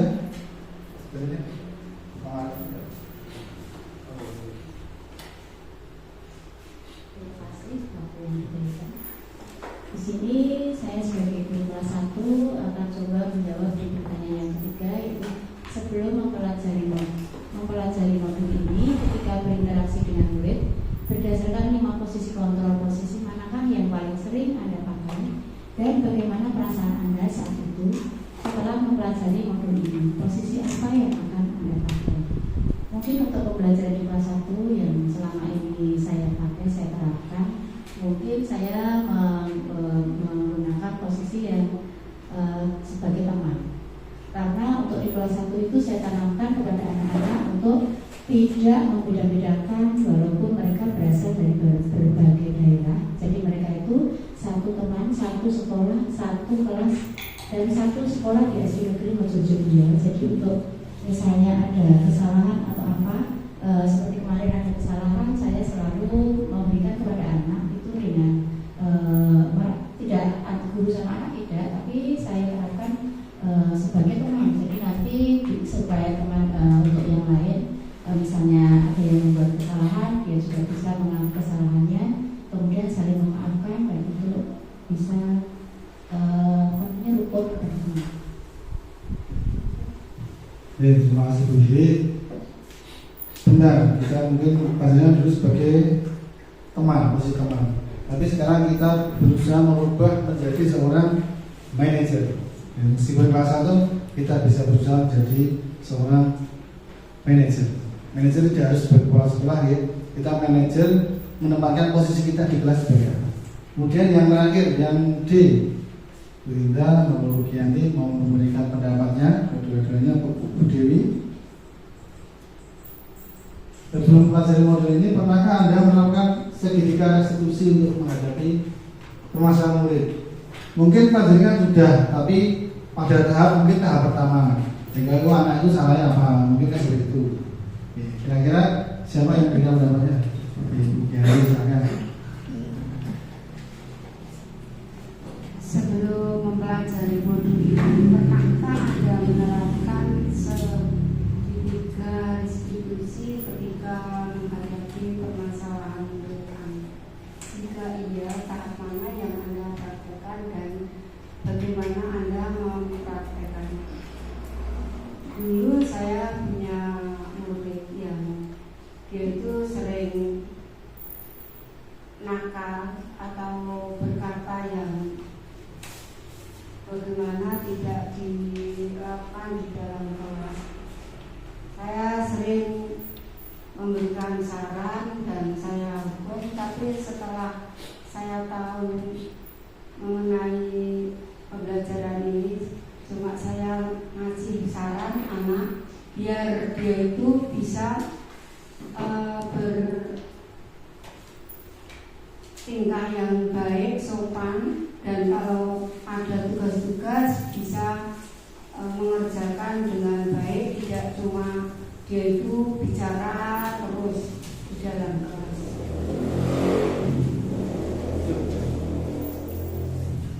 Jadi pada tahap yang mana Bu? Menstabilkan identitas, validasi tindakan yang salah, atau menanyakan keyakinan?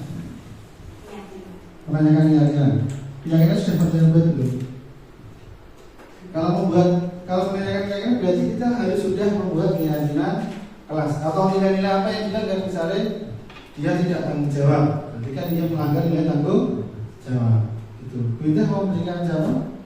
Oke, saya kira sudah cukup ya dari saya.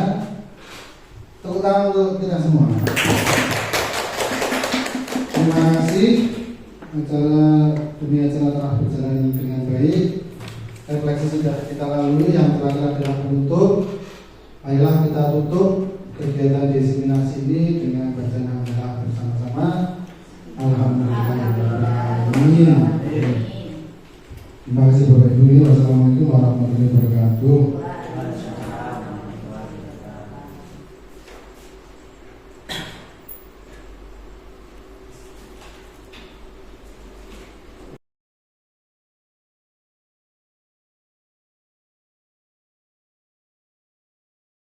Assalamualaikum warahmatullahi wabarakatuh.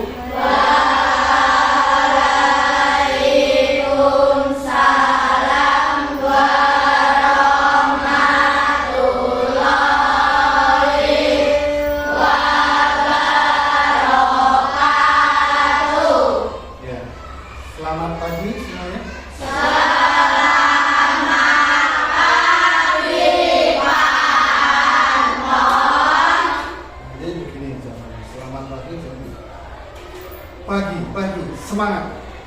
Gitu ya. Selamat pagi. Ya. Jadi Pak Anton minta waktunya sebentar. Hari ini Pak Anton masuk di kelas ini untuk membentuk suatu keyakinan kelas. Kalian mungkin baru mendengar keyakinan kelas ya. Keyakinan kelas itu adalah sebuah nilai-nilai kebaikan, nilai kebaikan yang nanti kita sepakati bersama untuk kita jalankan bersama. Tujuannya untuk apa? Tujuannya biar ketika kalian di kelas, di sekolah itu merasakan rasa yang nyaman, aman, ya, tanpa diganggu oleh temannya. Jadi nanti kita saling menghargai, menghormati, tidak mengganggu dan pembelajaran lebih maksimal lagi. Paham ya? Jadi keyakinan itu kelas itu merupakan salah satu budaya positif. Budaya positif itu budaya yang baik. Budaya itu apa tuh? Budaya itu pembiasaan. Jadi kamu terbiasa melakukan sesuatu yang baik. Nanti keyakinan kelas itu kalian yang buat. Pak Anton hanya menuntut. Nanti kalau sudah jadi kita tempel di depan. Jadi ini ada yang melanggar, berarti dia tidak melaksanakan keyakinan kelas yang telah disepakati bersama. Nanti kalian harus sepakat. Nanti saya tulis tanda tangan di kertas itu ya. Satu-satu tanda tangan bahwa ini adalah nilai yang disepakati. Pun ini yang melanggar, berarti dia tidak meyakini apa yang telah dilakukan. Tidak meyakini mesti ada konsekuensinya. Harus begitu ya. Oke, ya, sudah kita paham ya. Kita akan membuat suatu keyakinan. Sebelum membuat keyakinan kelas, nanti kita membuat kesepakatan kelas ini. Kita menyepakati apa? Contohnya begini. Misalnya tidak boleh tidur saat pelajaran. Contoh lagi misalnya tidak mengganggu temannya dan lain. Kira-kira nanti kamu setiap orang tulis satu ya. Kira-kira apa sih bagus untuk kelas kalian agar pembelajaran itu berasa lebih nyaman dan enak. Itu ya. Siapkan ballpoint-nya. Ballpoint saja. Tidak perlu pakai yang lain. Nah, yang seperti ini ya. Apa namanya? Sticky note. Nah, nanti tulis di sini satu-satu, terus nanti ditempel di sini. Gitu ya. Jadi biar tahu semua. Oh, yang mesti gitu. Tapi nanti tidak semua dipakai, kita pilih saja, misalnya 5 atau berapa saja. Siapa tahu kan kadang sama jawaban. Tapi kalau bisa ya sama, beda sama. Kalau bisa beda. Jadi kamu pengennya apa? Dari sekolahmu itu nyaman untuk kamu buat untuk pembelajaran. Nanti mudah cara nulis ya. Di sebelah sini ya, jangan terbalik ya. Oke, buat kelihatan nih. Ini ya. Ini kalau dibagi ya salah satu. Nanti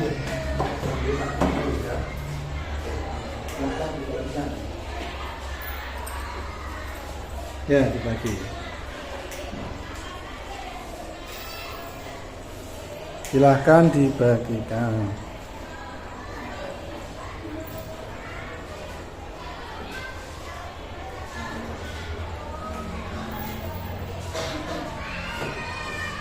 Kamu tulis satu saja, kira-kira apa yang terbaik untuk kelasmu. Satu saja. Satu yang terbaik untuk kelasmu. Ora usah tirunan.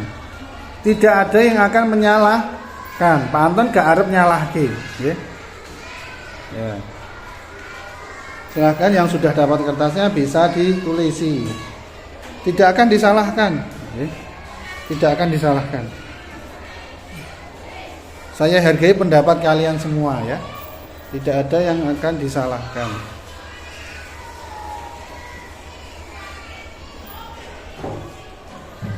Yes. Ya 2 menit saja cukup saya kira.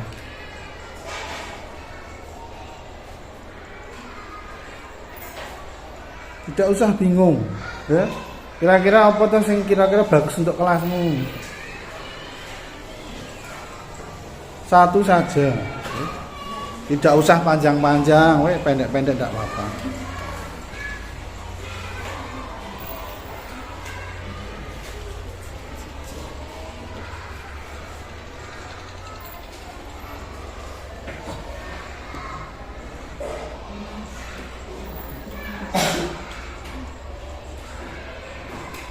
Ya, kalau sudah silakan ditempel.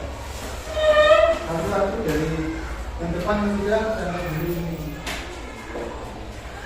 Tempel aja ya. Gak apa-apa. Nanti semua ya. Nanti jelek-jelek ya tulisannya ya. Tidak usah dikasih nama.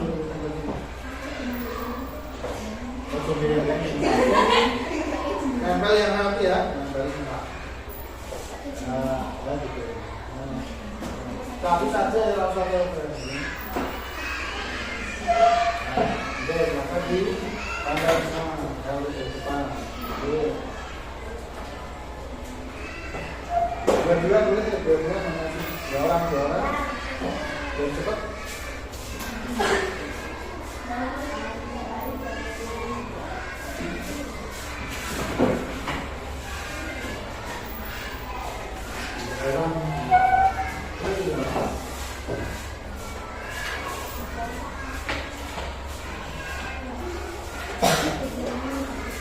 Tidak ada yang menyalahkan, kita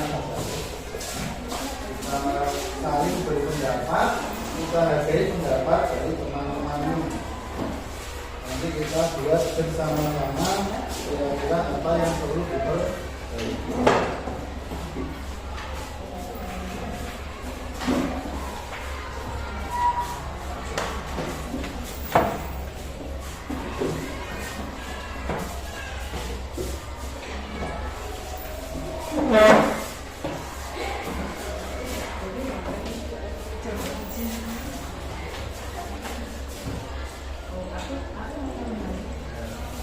Yang cukup ya, silakan kita perhatikan dulu. Ini ada macam-macam yang dulu bacakan di sana. Pelajaran makan saat pelajaran. Oke ya? Tidak boleh tidur di kelas dan kita harus mentaati tiket kelas. Oke ya? Tidak ada pertengkaran mengejek menjadi teman. Terus ya, melaksanakan tiket kelas agar kelas kita menjadi nyaman. Tidak boleh mengejek nama orang tua. Tidak boleh ramai saat pelajaran. Tidak boleh mengganggu teman saat belajar. Menjaga kebersihan kelas. Tidak boleh tidur saat pelajaran. Tidak mengganggu temannya. Tidak boleh berisik di kelas. Dilarang makan di dalam kelas. Tidak mengganggu saat pelajaran. Tidak boleh misu atau berkata kasar. Tidak boleh mengganggu teman sama ya. Jika tidak ada yang menaikkan kursi, kursinya dikasih ke gudang, tidak boleh diambil. Oke, ini keras sekali ya. Tidak boleh jalan-jalan pada saat jam pelajaran. Tidak boleh tidur saat pelajaran. Nah ini kebanyakan ada kalimat negatif. Negatif itu apa? Negatif itu larangan. Kata tidak. Nah sekarang kita membuat sebuah kalimat yang positif. Positif itu yang bagus, yang baik. Nah ini terus dari kalimat positif kita membuat sebuah keyakinan kelas. Keyakinan kelas itu nilai-nilai tadi ya. Nilai-nilai itu ada mungkin disiplin, bisa ya. Komitmen, bertanggung jawab. Jadi saya harus bertanggung jawab. Jadi saya harus disiplin. Saya harus jujur. Nanti kita jadikan yang lebih ringkas. Ya. Oke. Dilarang makan saat pelajaran. Bagusnya tidak kata dilarang. Makanya.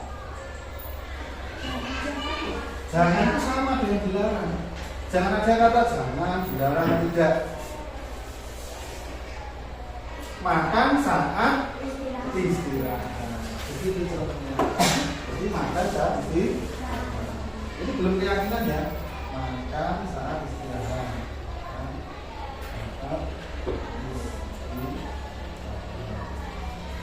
Terus tidak boleh tidur di kelas dan kita harus mentaati tiket kelas. Tidak boleh tidur di kelas berarti apa? Tidur di rumah. Begitu? Loh, tidur saat pelajaran juga begitu. Jangan kata tidak, jangan itu dipakai. Tidur di rumah ya, tidur di rumah. Benar. Tidur di rumah. Tidur di rumah. Terus ada lagi nih. Tidak ada pertengkaran mengejek mengganggu teman. Tidak ada. Tidak ada pertengkaran. Menjaga. Berteman dengan baik bisa, berteman dengan baik. Yo, berteman bisa berteman.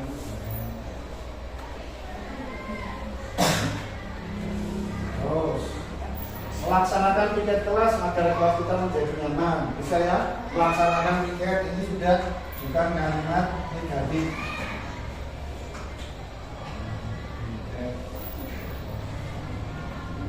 Terus tidak boleh mengejek nama orang tua.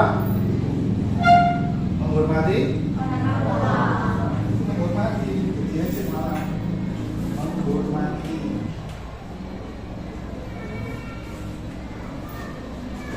Terus tidak boleh ramai saat pelajaran. Ramai saat istirahat. Apa? Tidak boleh ramai. Menjaga menjaga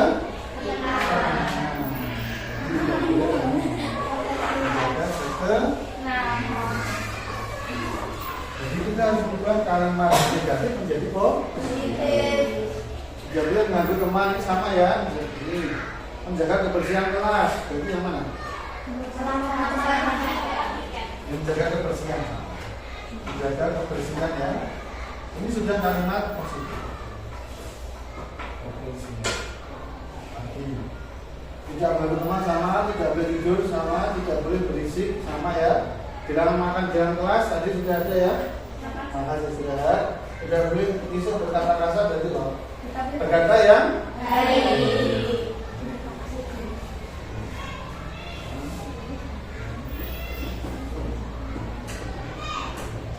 Terus tidak berteman sama, tidak boleh baru, tidak boleh menaikkan kursi. Nah ini tidak ada yang naik, jika tidak ada yang naikkan kursi, kursinya tidak harus dibujang. Naikkan kursi. Naikkan kursi. Kursi harus dinaikkan. Ketika apa? Ketika kamu pulang. Ya, kursi dinaikkan ketika pulang. Kursi dinaikkan saat pulang ya. Masih ada satu lagi. Tidak boleh jalan-jalan saat jam pelajaran apa Bu? Iya. Diam di tempat. Oke. Diam di tempat. Ini masih berupa belum keyakinan kelas, kesepakatan kelas. Jadi kita kesepakatan kelas. Ya agar mudah diingatkan oke banget. Kita ringkas saja. Jadi sedikit nanti dililing. Makan saat istirahat. Jadi apa? Kan nilai-nilai itu macam-macam. Kasih contohnya dulu.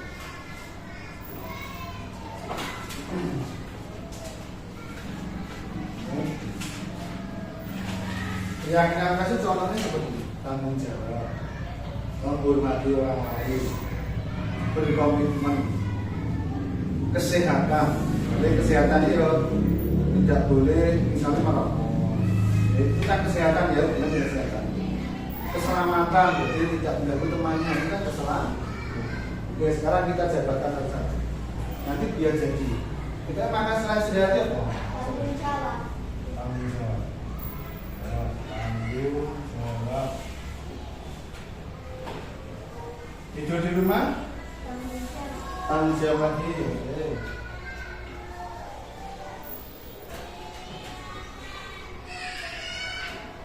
Berteman dengan baik, komitmen bisa ya?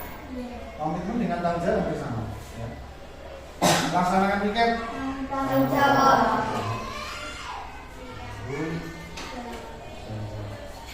Menghormati orang lain ya, menghormati ya, saling menghormati.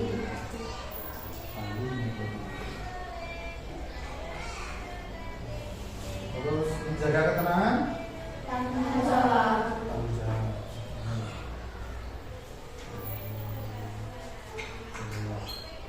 Menjaga kebersihan. Ya, tanggung jawab bisa atau juga kesehatan. Karena bersih kan berarti sehat kan? Nah, tidak ada bau-bau yang tidak enak, terus kelasikan enak.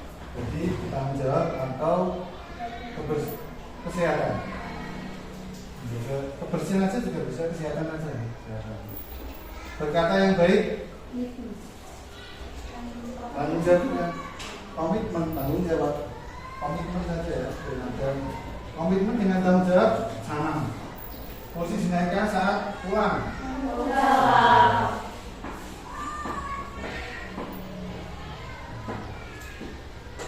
Satu lagi yang di tempat tanggung jawab lagi. Apa? Ya sama saja tanggung jawab dengan tanggung. Oke, sekarang sudah. Ya, jadi nanti ada tanggung jawab. Tanggung jawab itu ketika kamu disuruh melakukan sesuatu, ya kamu lakukan. Komitmen juga sama artinya. Jadi sudah menjurus ya. Tanggung jawab ini sudah. Jadi tak tulis di sini ya. Tanggung jawab. Untuk kata gantinya kita ganti komitmen saja. Biar lebih enak. Komitmen dengan tanggung jawab sama ya, nanti di ini ya. Terus saling menghormati.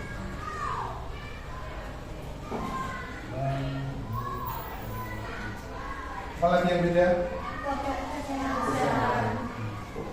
Menjaga kesehatan.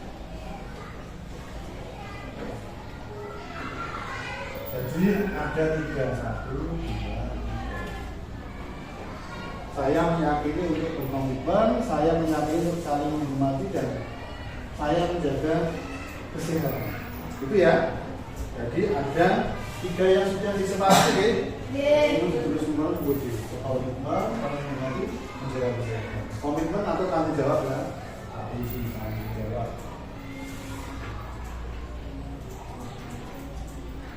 Jadi tanggung jawab. Maka tidak boleh saat di kelas. Itu kan tanggung. Jadi sudah susu 3 ya. Sekarang kita akan datang di sini, minta tolong salah satu untuk memvideo ya. Nanti gantian tulis nama sama tanda tangan. Ya, berarti itu.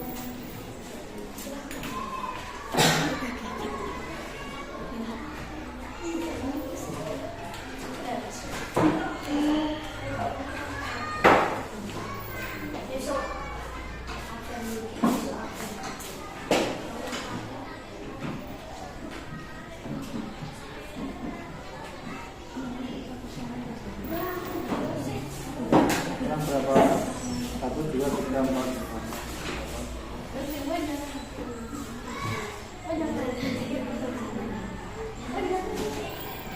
Di belakang sini nggak apa.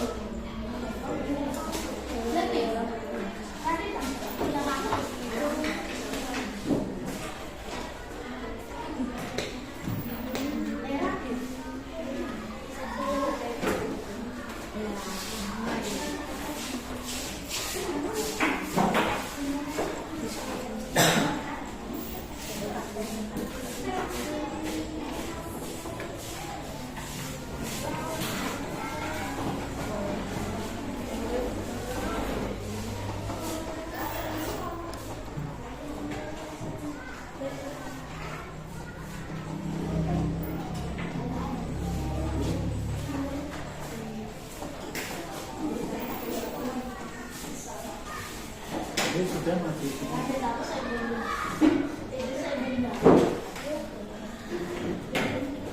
Video.